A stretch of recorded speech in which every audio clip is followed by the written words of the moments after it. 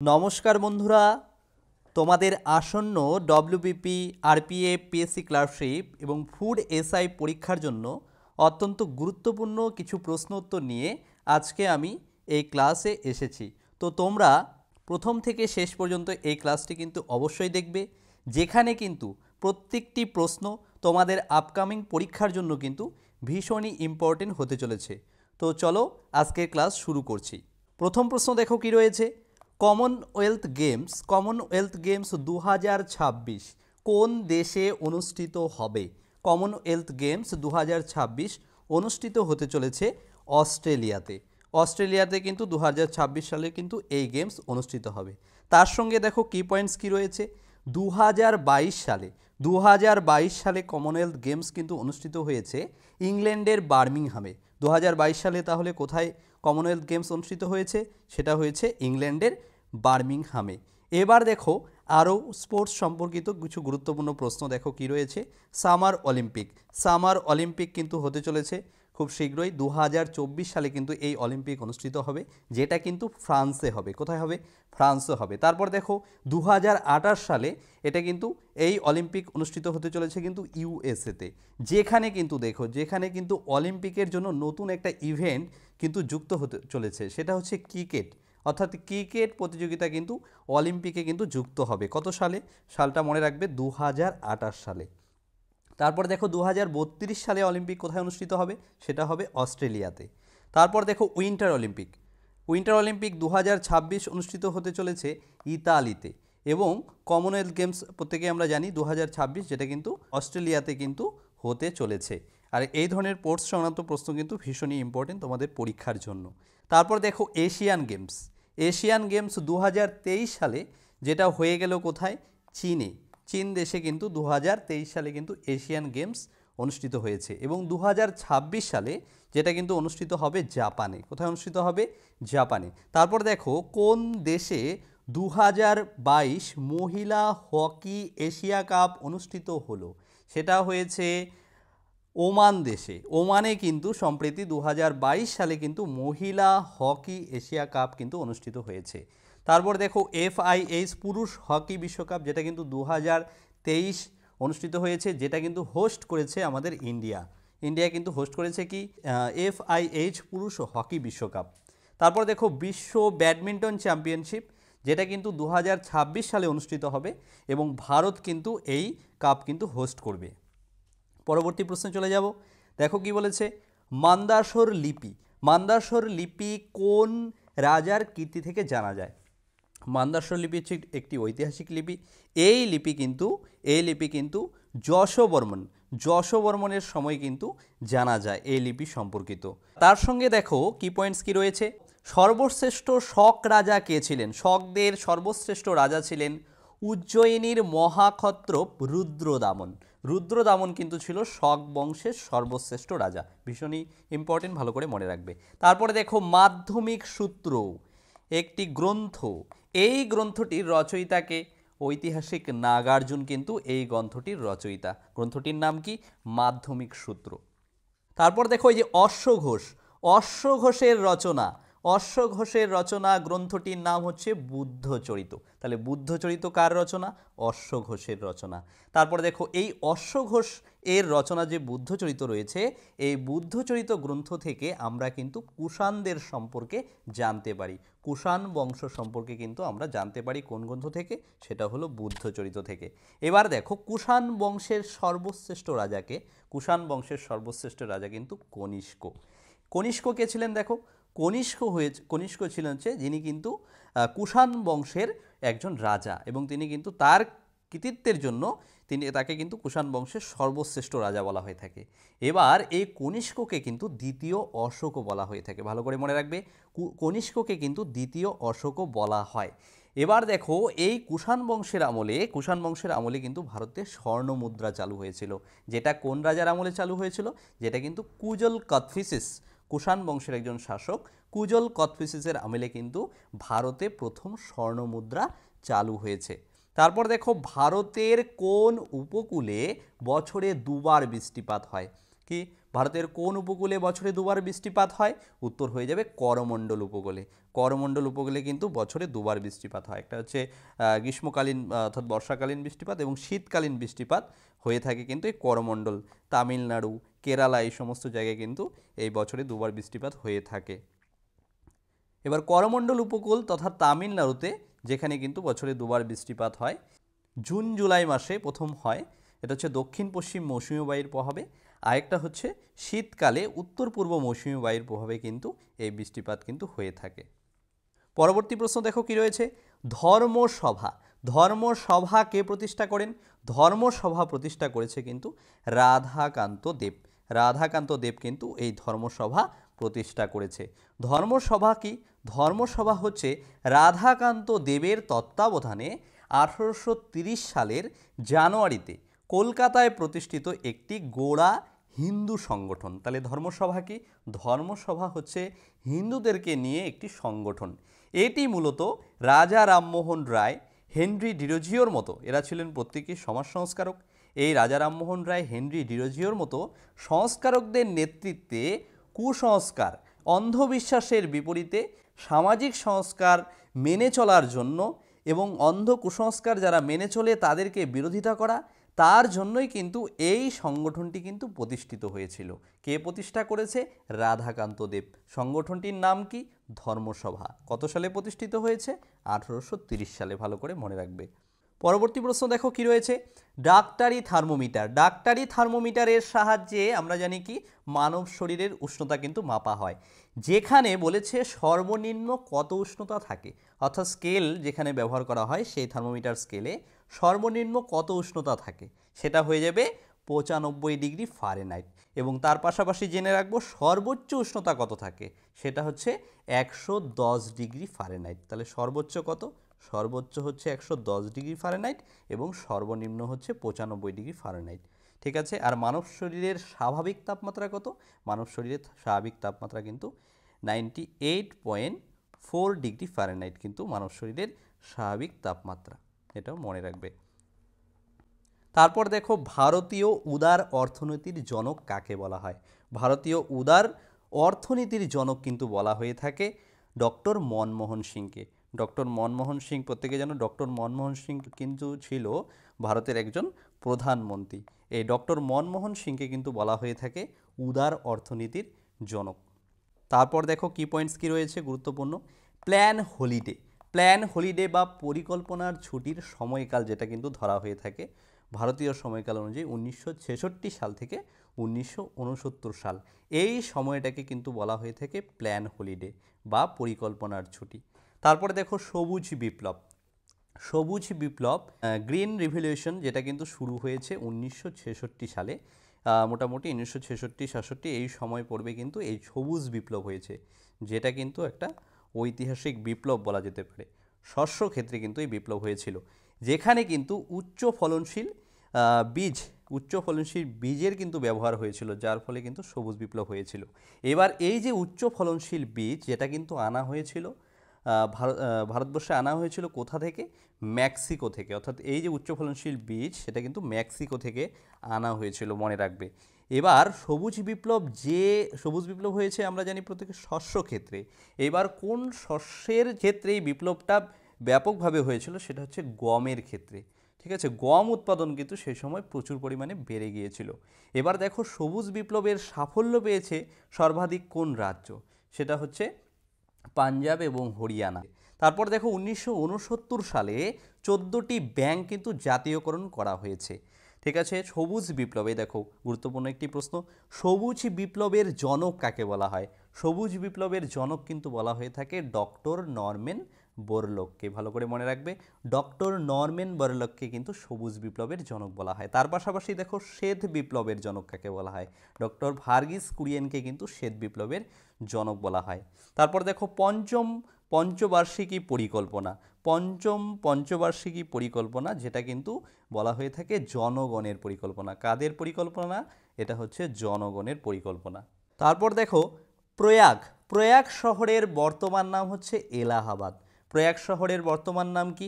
এলাহাবাদ। এই এলাহাবাদ শহরটি কোন মুঘল সম্রাটের আমলে কিন্তু নির্মিত হয়েছিল? এটা হয়েছিল সম্রাট আকবরের আমলে কিন্তু এই এলাহাবাদ শহরটি কিন্তু নির্মিত হয়েছিল, যেটা পূর্ববর্তী নাম ছিল কি প্রয়াগ শহর। এবার দেখো আকবর সংক্রান্ত কিছু প্রশ্ন। আকবর ছিলেন মোগল বংশের একজন শাসক, যার শাসন পর্ব শুরু হয় কিন্তু 1556 সালে এবং 1605 সাল পর্যন্ত কিন্তু তিনি তার শাসনকার্য চালিয়েছিলেন।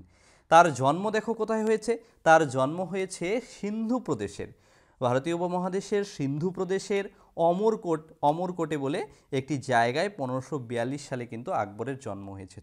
এবং আকবর যখন সম্রাট হিসেবে অভিষিক্ত হন তখন তার বয়স ছিল কত, 13 বছর 4 মাস বয়স, ভালো করে মনে রাখবে। এবার তিনি কিন্তু জায়গিরদার প্রথার কিন্তু প্রবর্তন করেছিলেন। প্রশ্ন আসে যে জায়গিরদার প্রথার প্রবর্তন কে করেন, সেটা হয়ে যাবে আকবর।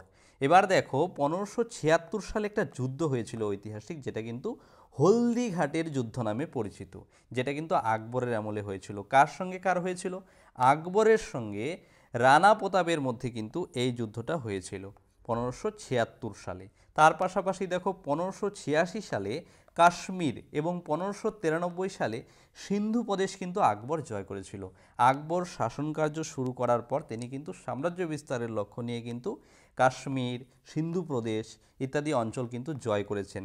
আকবর সর্বশেষ 1605 সালে কিন্তু মারা যায়। কোথায় মারা যায়, সেটা হলো সেকেন্দ্রাবাদে। সেই আকবরকে মারা যাওয়ার পর যেখানে সমাধি করা হয় সেটা হচ্ছে সেকেন্দ্রাতে। কোথায় সমাধি করা হয়, সেকেন্দ্রাতে। তারপরে দেখো আকবরের আমলে তার যে মন্ত্রিসভায় যারা সদস্য ছিলেন তার মধ্যে রাজস্ব মন্ত্রী ছিলেন কিন্তু টোডরমল। আকবরের মন্ত্রিসভার সদস্য সংক্রান্ত প্রশ্ন কিন্তু পরীক্ষায় আসে। তারপর দেখো আকবর জাপ্তি প্রথা নামে এক প্রথা কিন্তু চালু করেছিলেন। প্রথাটার নাম কি, জাপ্তি প্রথা। তারপর খাজনা সংক্রান্ত প্রচলন করেছিলেন, সেটা হচ্ছে দহশালা ব্যবস্থা। কি ব্যবস্থা, দহশালা ব্যবস্থা। তাহলে দহশালা ব্যবস্থা কে প্রবর্তন করেন, সেটা কিন্তু আকবর করেছিল। এবং দেখো আকবরের আমলে অমৃতসরে, পাঞ্জাবের অমৃতসরে কিন্তু স্বর্ণ মন্দির নির্মাণের কার্য শুরু হয়েছিল।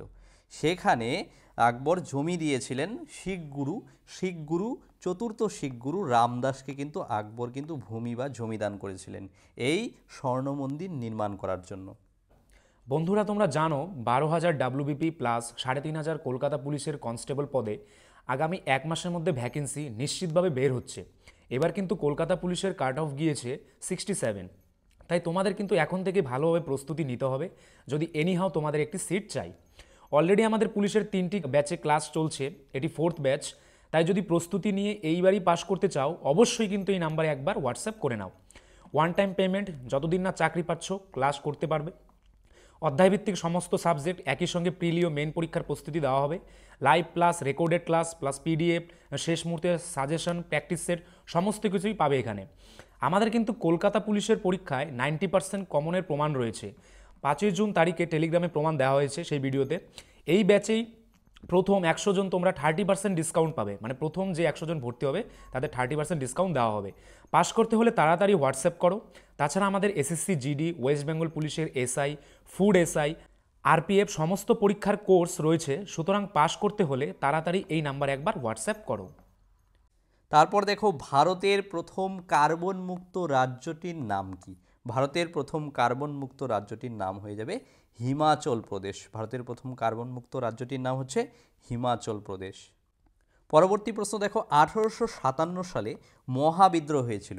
এই বিদ্রোহে বিভিন্ন রাজ্যের কিন্তু সংগঠন গড়ে তোলা হয়েছিল। তার মধ্যে দেখো বিহারে প্রধান সংগঠন কার নেতৃত্বে গড়ে উঠেছে, বিহারে যে মহাবিদ্রোহের যে সংগঠন গড়ে উঠেছিল সেটা কিন্তু নেতৃত্ব দিয়েছিল কুনওয়ার সিং। কুনওয়ার সিং কিন্তু এই মহাবিদ্রোহে বিহার থেকে কিন্তু নেতৃত্ব দিয়েছিল।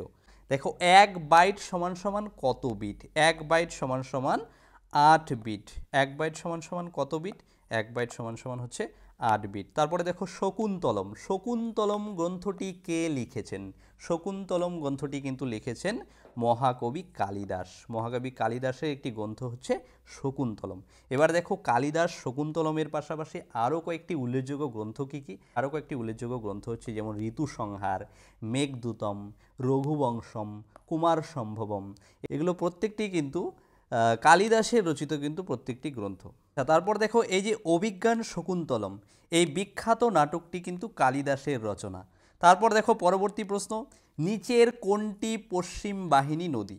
দেখো পশ্চিম বাহিনী নদী কোনটি, 4টি নদী অপশনে আছে, তার মধ্যে পশ্চিম বাহিনী নদী হয়ে যাবে তাপ্তি। তাপ্তি কিন্তু পশ্চিম বাহিনী নদী। তার পাশাপাশি দেখো এই যে পশ্চিম বাহিনী আরেকটি বিখ্যাত নদীর নাম হচ্ছে নর্মদা। নর্মদা নদীর উৎপত্তি হয়েছে মহাকাল পর্বতের অমরকণ্টক শৃঙ্গ থেকে। নর্মদা নদীর উৎপত্তি কোথা থেকে হয়েছে?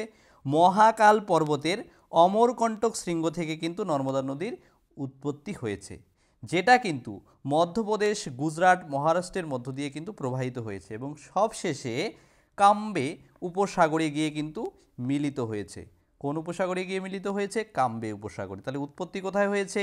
মহাকাল পর্বতের অমরকণ্টক শৃঙ্গ থেকে উৎপত্তি এবং কাম্বে উপসাগরে কিন্তু গিয়ে পতিত হয়েছে নর্মদা নদী, যেটি কিন্তু একটি পশ্চিম বাহিনী নদী। ভালো করে মনে রাখবে। তারপরে দেখো কোন শাসক বুদ্ধ এবং মহাবীরের সমসাময়িক ছিলেন?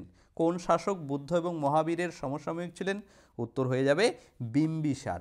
বিম্বিসার, যিনি কিন্তু হর্ষঙ্ক বংশের একজন শাসক, তিনি কিন্তু এই বুদ্ধ মানে গৌতম বুদ্ধ এবং মহাবীরের কিন্তু সমসাময়িক ছিলেন। এবার দেখো বিম্বিসার সংক্রান্ত কিছু প্রশ্ন। বিম্বিসার যিনি কিনা 558 খ্রিস্টপূর্বাব্দে কিন্তু সিংহাসন বসেন এবং 491 খ্রিস্টপূর্ব পর্যন্ত কিন্তু সিংহাসনে ছিলেন। এবার তিনি কিন্তু ছিলেন হর্ষঙ্ক বংশের একজন রাজা এবং তার উপাধি কী ছিল সেটা ভালো করে মনে রাখবে। উপাধি ছিল শ্রেণিক উপাধি। তাহলে শ্রেণিক উপাধি কার ছিল? বিম্বিসারের। এবং বিম্বিসারের পুত্র ছিল অজাতশত্রু। অজাতশত্রুর উপাধি ছিল কুনিক। তাহলে অজাতশত্রুর উপাধি কি? কুনিক, এবং শ্রেণিক হচ্ছে বিম্বিসারের উপাধি।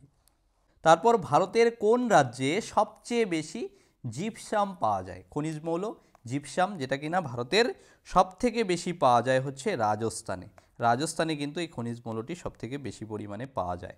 তারপর দিল্লির কোন সুলতান কৃতদাসদের জন্য একটি পৃথক দপ্তর সৃষ্টি করেছিলেন? দিল্লির কোন সুলতান কৃতদাসদের জন্য পৃথক দপ্তর করেছিলেন?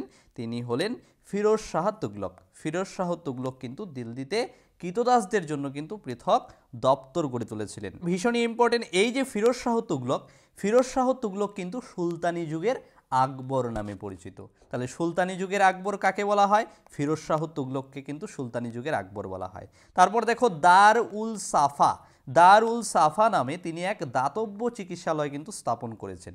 দারুল সাফা নামে তিনি কিন্তু একটি দাতব্য চিকিৎসালয় কিন্তু স্থাপন করেছেন।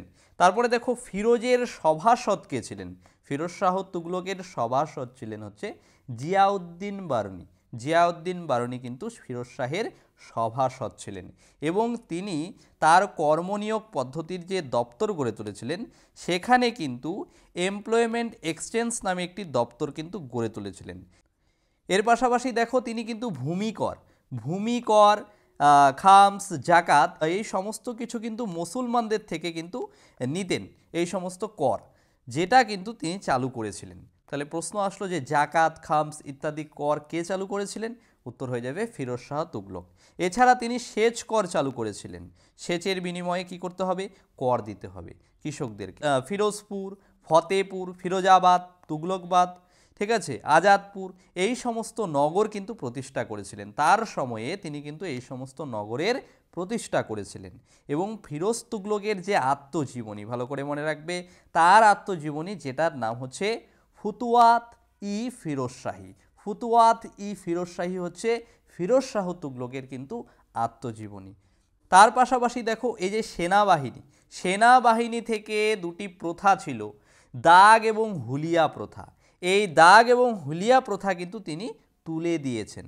আর এই দাগ এবং হুলিয়া প্রথার প্রবর্তন করেছিলেন কিন্তু আলাউদ্দিন খলজি। তিনি তার সেনাবাহিনীতে দুর্নীতি রোধ করার জন্য কিন্তু এই দাগ হুলিয়া প্রথা কিন্তু চালু করেছিলেন, যেটা কিন্তু আবার উচ্ছেদ করেছে কে?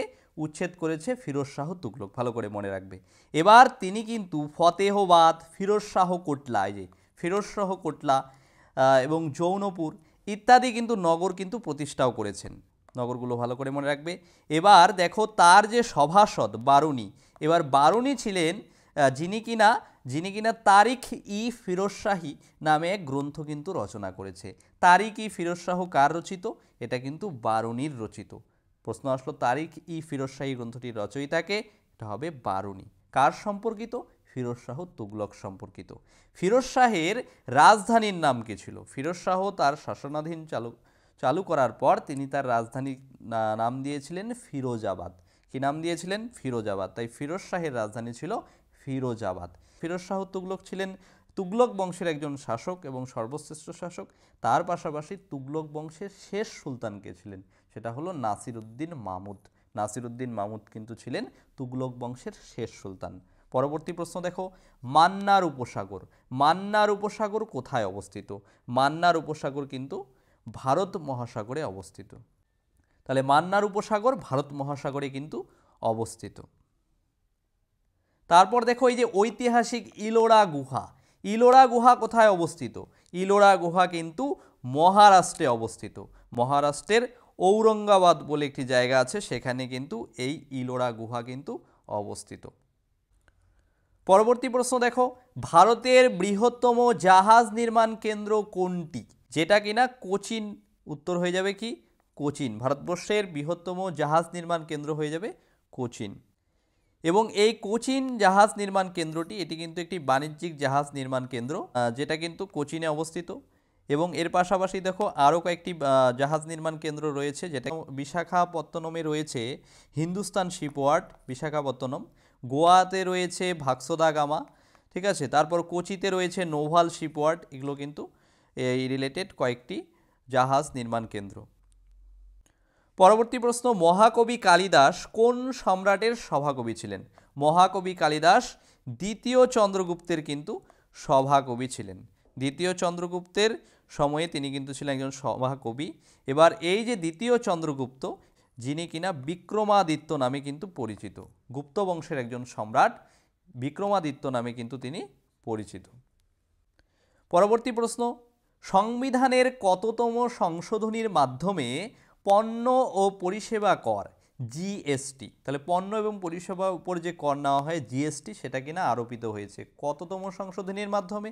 সেটা হয়ে যাবে 101তম সংশোধনীর মাধ্যমে এই জিএসটি কর কিন্তু আরোপিত হয়েছে। পরবর্তী প্রশ্ন, কোন শাসক দোকানি মুদ্রার সঙ্গে পরিচয় ঘটান? দোকানি মুদ্রার সঙ্গে পরিচয় ঘটান মোহাম্মদ বিন তুগলক। তুগলক বংশের একজন সম্রাট মোহাম্মদ বিন তুগলক কিন্তু দোকানি মুদ্রার কিন্তু প্রচলন ঘটান। পরবর্তী প্রশ্ন, ভারতের পঞ্চায়েতি রাজ ব্যবস্থার কয়টি স্তর? ভারতের পঞ্চায়েতি রাজ ব্যবস্থার কিন্তু 3টি স্তর। এই 3টি স্তর কি? এই 3টি স্তর হলো জেলা স্তর, জেলা স্তরের নাম যেটা রয়েছে হলো জেলা পরিষদ, ব্লক স্তর যেটার মধ্যে রয়েছে পঞ্চায়েত সমিতি, এবং গ্রাম স্তর যেখানে রয়েছে গ্রাম পঞ্চায়েত।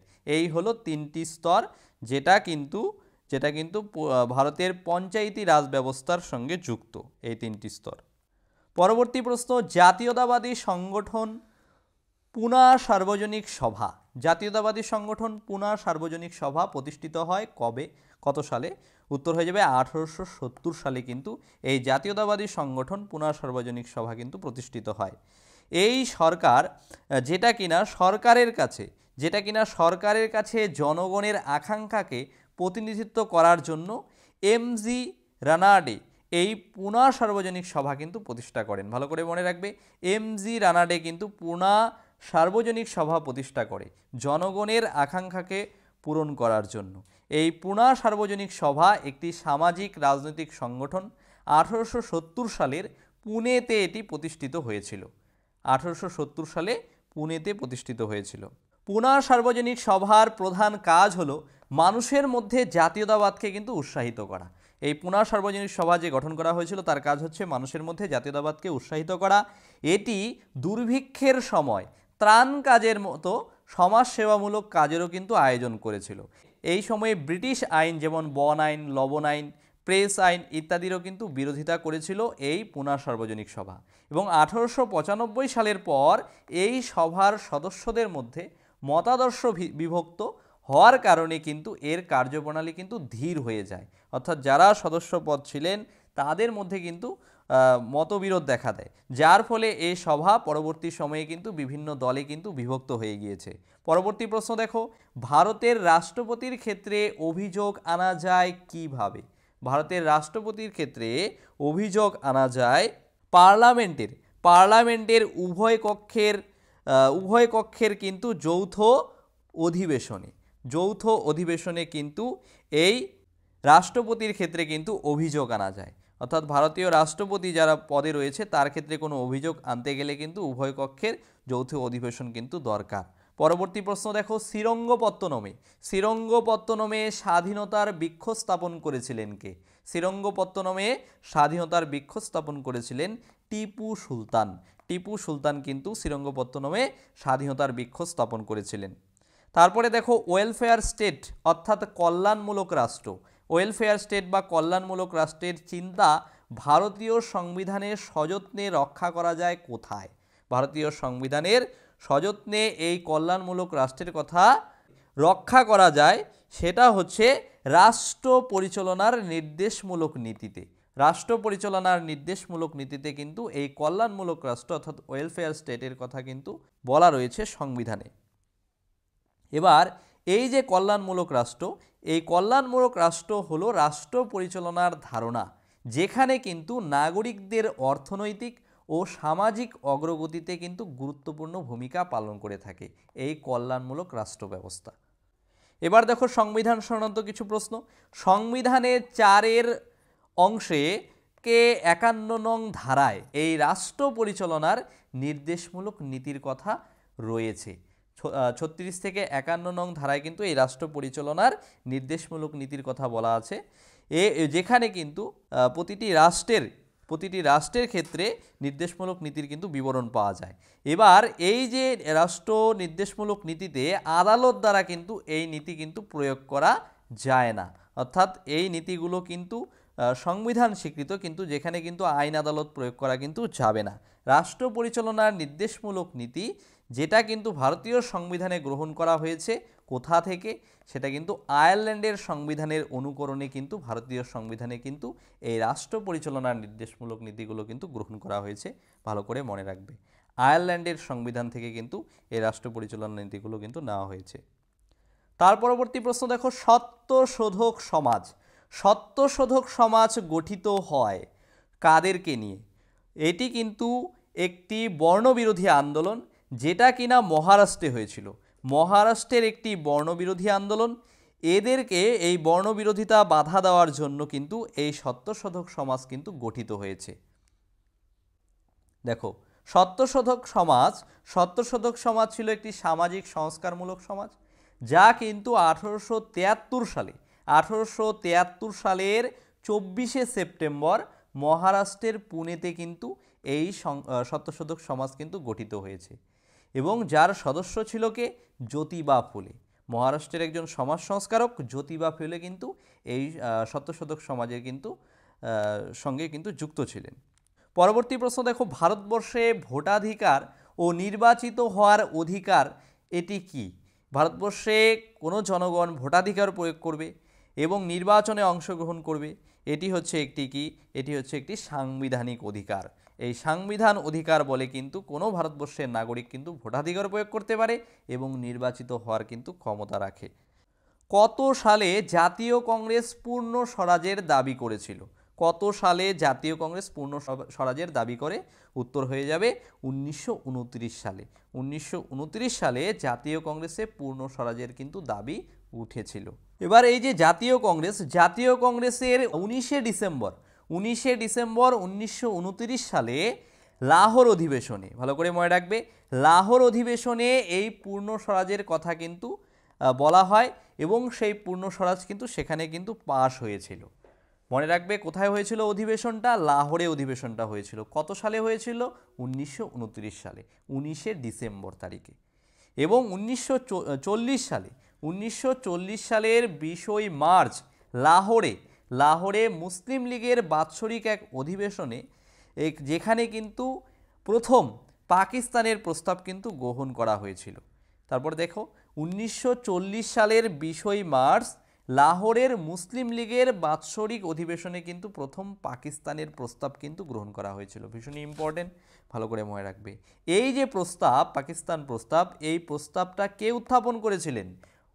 এই প্রস্তাব উত্থাপন করেছেন ফজলুল হক কিন্তু এই প্রস্তাবটি কিন্তু উত্থাপন করেছিলেন এবং তিনি কিন্তু শের-ই-বাঙ্গাল নামে পরিচিত। মনে রাখবে, শের-ই-বাঙ্গাল নামে কে পরিচিত?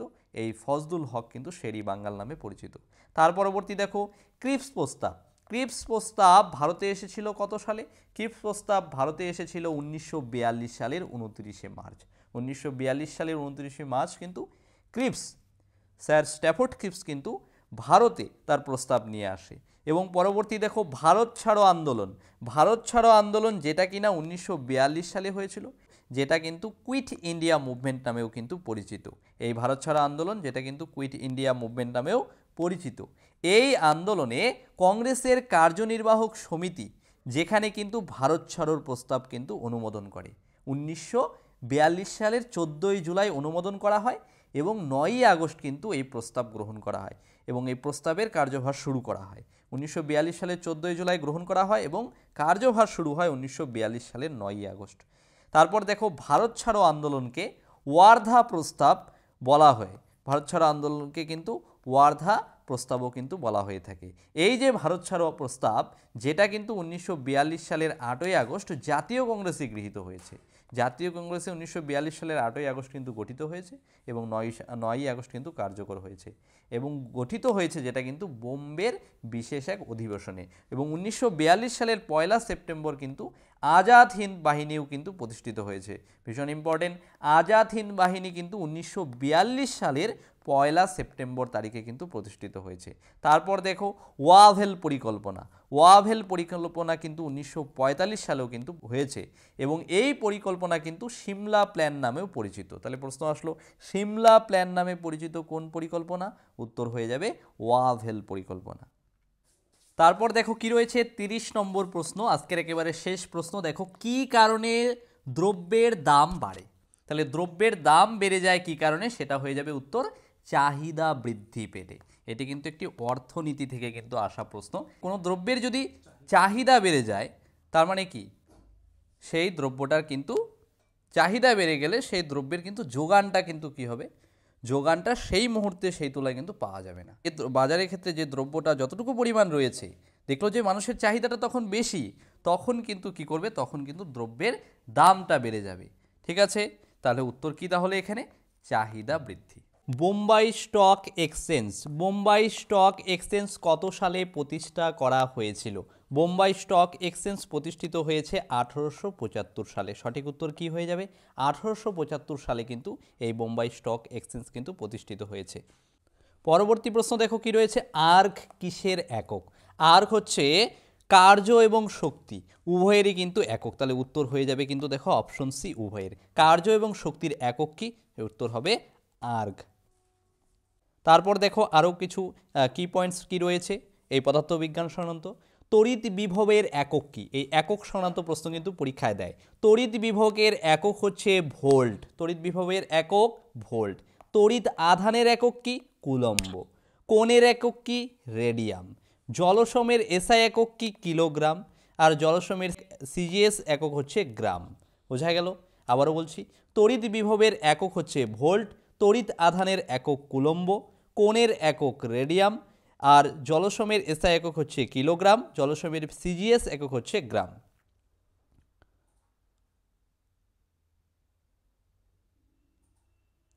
পরবর্তী প্রশ্ন, নিচের কোনটি বিক্ষিপ্ত প্রতিফলনের নিয়ম মেনে চলে? দেখো বিক্ষিপ্ত প্রতিফলনের নিয়ম মেনে চলে সেটা হচ্ছে গোধূলি। গোধূলি বলতে কি? গোধূলি বলতে সন্ধে হওয়ার পূর্ববর্তী যে অবস্থাটা, সেই সময়টাকে আমরা কি বলি? গোধূলি বলে। এই গোধূলি বেলায় সূর্যের বিশেষ করে আকাশে কিন্তু এই বিক্ষিপ্ত প্রতিফলনটা কিন্তু দেখা যায়। তারপরে দেখো হাইড্রোজেনের কটি আইসোটোপ পাওয়া যায়? হাইড্রোজেনের কটি আইসোটোপ পাওয়া যায়? হাইড্রোজেনের কিন্তু 3টি আইসোটোপ রয়েছে। হাইড্রোজেনের 3টি আইসোটোপ কিন্তু রয়েছে। হাইড্রোজেন আইসোটোপগুলো কি কি? দেখো হাইড্রোজেনের যে আইসোটোপগুলো রয়েছে সেটা হচ্ছে প্রোটিয়াম, তারপর হচ্ছে ডিউটেরিয়াম এবং হচ্ছে ট্রিটিয়াম। এই হলো 3টি আইসোটোপ, প্রোটিয়াম, ডিউটেরিয়াম এবং হচ্ছে ট্রিটিয়াম। পরবর্তী প্রশ্ন দেখো কি রয়েছে, মানুষের করোটীয় স্নায়ুর সংখ্যা কয়টি? মানুষের করোটীয় স্নায়ুর সংখ্যা হচ্ছে 12 জোড়া, অর্থাৎ 24টি কিন্তু মানুষের করোটীয় স্নায়ু, আর 31 জোড়া হচ্ছে সুষুম্না স্নায়ু। সুষুম্না স্নায়ুর সংখ্যা হচ্ছে 31 জোড়া আর করোটীয় স্নায়ুর সংখ্যা হচ্ছে 12 জোড়া। পরবর্তী প্রশ্ন দেখো, মাকড়সার শ্বাসযন্ত্রের নাম কি? মাকড়সার শ্বাসযন্ত্রের নাম হচ্ছে বুকলাং। বুকলাং হচ্ছে মাকড়সার শ্বাসযন্ত্র। তারপরে দেখো ট্রাকিয়া। ট্রাকিয়া হচ্ছে কার শ্বাসঙ্গ? ট্রাকিয়া হচ্ছে আরশোলার শ্বাসঙ্গ। আরশোলার শ্বাসঙ্গের নাম কি? ট্রাকিয়া। আর কেঁচোর শ্বাসঙ্গ হচ্ছে দেহতক। পরবর্তী প্রশ্ন দেখো, পশ্চিমঘাট পর্বতের কোন অংশ, পশ্চিমঘাট পর্বতের কোন অংশ বৃষ্টিচ্ছায় অঞ্চল? পশ্চিমঘাট পর্বতের দক্ষিণ অংশ কিন্তু বৃষ্টিচ্ছায় অঞ্চল। বৃষ্টিচ্ছায় অঞ্চল বলতে যে অঞ্চলে কিন্তু বৃষ্টি হয় না। হ্যাঁ, পশ্চিমঘাট পর্বতের উত্তর অংশে কিন্তু বৃষ্টি হয়, দক্ষিণ অংশটা কিন্তু বৃষ্টিচ্ছায় অঞ্চল, দক্ষিণ অংশে কিন্তু বৃষ্টি হয় না। তারপর দেখো এই কি পয়েন্টস কি রয়েছে এই যে বৃষ্টিচ্ছায় অঞ্চল। জলীয় বাষ্পহীন শুকনো বাতাস, জলীয় বাষ্পহীন শুকনো বাতাস পাহাড় পর্বত অতিক্রম করে যখন পাহাড়ের উপর দিয়ে অনুবাদ ঢালে পৌঁছায়, অনুবাদ ঢালে পৌঁছায় তখন উপর থেকে নিচের দিকে যখন বায়ু প্রবাহটা নেমে আসে তখন উষ্ণতা কিন্তু দ্রুত কী পায়? বৃদ্ধি পায়। এই উষ্ণতা বৃদ্ধি পাওয়ার ফলে সেখানে কিন্তু আর সেই অঞ্চলে কিন্তু বিশেষ একটা বৃষ্টি হয় না। কি হয়? সেই তুলনায় কম পরিমাণে বৃষ্টি হয় ওই জায়গাটা অনুবাদ ঢালে। ঠিক আছে, এই যে অনুবাদ ঢালে যে বৃষ্টিপাত হয় না, এই যে ঢাল অঞ্চলটা এটাকেই বলা হয় বৃষ্টিচ্ছায় অঞ্চল। এবং তার বিপরীত দিকে প্রতিবাদ ঢালে কিন্তু আবার বৃষ্টি হয় ঘটাচ্ছে, সেই বিপরীত ঢালে অর্থাৎ প্রতিবাদ ঢালে সেটাকে কিন্তু বলা হয় বৃষ্টি হচ্ছে, এবং কিন্তু অনুবাদ ঢালে কিন্তু বৃষ্টি হচ্ছে না। এই অনুবাদ ঢালযুক্ত অঞ্চলটাকেই কিন্তু বলা হয় বৃষ্টিচ্ছায় অঞ্চল। পরবর্তী প্রশ্ন দেখো, দাক্ষিণাত্যের ক্ষেত্রে সমুদ্রগুপ্ত কি নীতি নিয়েছিলেন? তাহলে সমুদ্রগুপ্ত গুপ্ত বংশের একজন সম্রাট, তিনি কিন্তু দাক্ষিণাত্য কিন্তু জয় করেছিলেন। এবার দাক্ষিণাত্য জয় করার সময় তিনি কিন্তু ধর্ম বিজয় নীতি কিন্তু নিয়েছিলেন, যে ধর্ম বিজয় নীতি প্রয়োগ করে কিন্তু দাক্ষিণাত্যের বিশাল ভূখণ্ড তিনি কিন্তু জয় করেছিলেন। তারপরে দেখো সমুদ্রগুপ্ত সম্পর্কিত কিছু প্রশ্ন। প্রাচীন ভারতের গুপ্ত সাম্রাজ্যের একজন শাসক ছিলেন কে? এই সমুদ্রগুপ্ত। এবং তিনি প্রথম চন্দ্রগুপ্ত এবং লিচ্ছবি রাজকন্যা কুমারী দেবীর কিন্তু পুত্র ছিলেন। এবার দেখো তিনি কিন্তু প্রথম চন্দ্রগুপ্ত এবং লিচ্ছবি রাজকন্যা কুমারী দেবীর কিন্তু পুত্র ছিলেন এই সমুদ্রগুপ্ত। তিনি তার রাজবংশের রাজনৈতিক শক্তি ব্যাপকভাবে কিন্তু প্রসারিত করেছিলেন এবং তার জন্য কিন্তু গুপ্ত বংশের শ্রেষ্ঠ সম্রাটও কিন্তু বলা হয়ে থাকে। এবং তিনি কিন্তু ভারতের নেপোলিয়ন নামে পরিচিত। ভালো করে মনে রাখবে, ভারতের নেপোলিয়ন নামে কে পরিচিত? এই সমুদ্রগুপ্ত। তারপরে দেখো চেঞ্চু। চেঞ্চু কোথাকার উপজাতি? চেঞ্চু বলে উপজাতি রয়েছে কিন্তু দক্ষিণ উপকূলে, ভারতবর্ষের দক্ষিণ দিকে উড়িষ্যা, অন্ধ্রপ্রদেশ, কর্ণাটক এই সমস্ত জায়গায় কিন্তু এই চেঞ্চু উপজাতির মানুষের কিন্তু বসবাস কিন্তু লক্ষ্য করা যায়। তারপর দেখো একটি গুরুত্বপূর্ণ প্রশ্ন, উত্তরপ্রদেশ। উত্তরপ্রদেশ রাজ্যকে ভেঙে উত্তরাঞ্চল বা উত্তরাখণ্ড রাজ্য গঠিত হয়েছে। উত্তরপ্রদেশকে ভেঙে উত্তরাঞ্চল বা উত্তরাখণ্ড রাজ্য কত সালে গঠিত হয়েছে? এটা হচ্ছে 9ই নভেম্বর 2000 সালে কিন্তু এই রাজ্যটি কিন্তু গঠিত হয়েছে। দেখো তারপর দেখো আরও যে রাজ্য পুনর্গঠন আইন দ্বারা যে রাজ্যগুলো গঠিত হয়েছে তার মধ্যে দেখো এই যে নাগাল্যান্ড রাজ্যটি প্রতিষ্ঠিত কিন্তু হয়েছে 1963 সালে। ঠিক আছে, এছাড়া দেখো কেরালা, কর্ণাটক, তামিলনাড়ু, ঠিক আছে, এই সমস্ত রাজ্যগুলো কিন্তু 1956 সালে কিন্তু 1 নভেম্বর কিন্তু প্রতিষ্ঠিত হয়েছে। এছাড়া সিকিম রাজ্য প্রতিষ্ঠিত হয়েছে কত সালে? 1975 সালে। ভালো করে মনে রাখবে প্রত্যেকটি তথ্য। ছত্তিশগড় রাজ্য কিন্তু প্রতিষ্ঠিত হয়েছে 2000 সালের 1 নভেম্বর। 2000 সালের 1 নভেম্বর কিন্তু ছত্তিশগড় রাজ্য প্রতিষ্ঠিত হয়েছে। সিকিম হয়েছে 1975 সালে, কেরালা, কর্ণাটক, তামিলনাড়ু হয়েছে 1956 সালে, নাগাল্যান্ড 1963 সালে। এই রাজ্য পুনর্গঠন আইন দ্বারা কিন্তু এই সমস্ত রাজ্য কিন্তু ভেঙে পুনরায় কিন্তু নতুন কিন্তু রাজ্য পুনর্গঠন হয়েছে। বন্ধুরা, যদি এই ক্লাসের পিডিএফগুলো পেতে চাও অতি অবশ্যই ডেসক্রিপশনে দেওয়া লিঙ্কে ক্লিক করে টেলিগ্রামে জয়েন করে নাও, অথবা টেলিগ্রামে গিয়ে সার্চ করে নাও বেঙ্গলি নলেজ একাডেমি। কি দেখবে? বেঙ্গলি নলেজ একাডেমি, এই চ্যানেলটি, ও সেখানে জয়েন করে নিতে পারো। আর যদি তোমরা West Bengal police, RPF, PSC clerkship, food SI, SSC GD ইত্যাদি যে কোনো পরীক্ষার জন্য প্রস্তুতি নিতে চাও, অতি অবশ্যই স্ক্রিনে দেওয়া নাম্বারে একবার হোয়াটসঅ্যাপ করে নাও। পাশাপাশি আমাদের চ্যানেলে নতুন হলে প্রতিনিয়ত এই ধরনের ক্লাস পেতে হলে সাবস্ক্রাইব করে অল নোটিফিকেশন কিন্তু অতি অবশ্যই করে রাখবে। সাবস্ক্রাইব করার পর দেখবে তিনটি অপশন পাবে, তারপর তোমরা অল অপশনটি কিন্তু সিলেক্ট করে রাখবে। তাতে করে আমরা যখনই ভিডিও দেব তোমাদের কাছে সবার প্রথমে নোটিফিকেশন চলে যাবে। তো বন্ধুরা, ধন্যবাদ।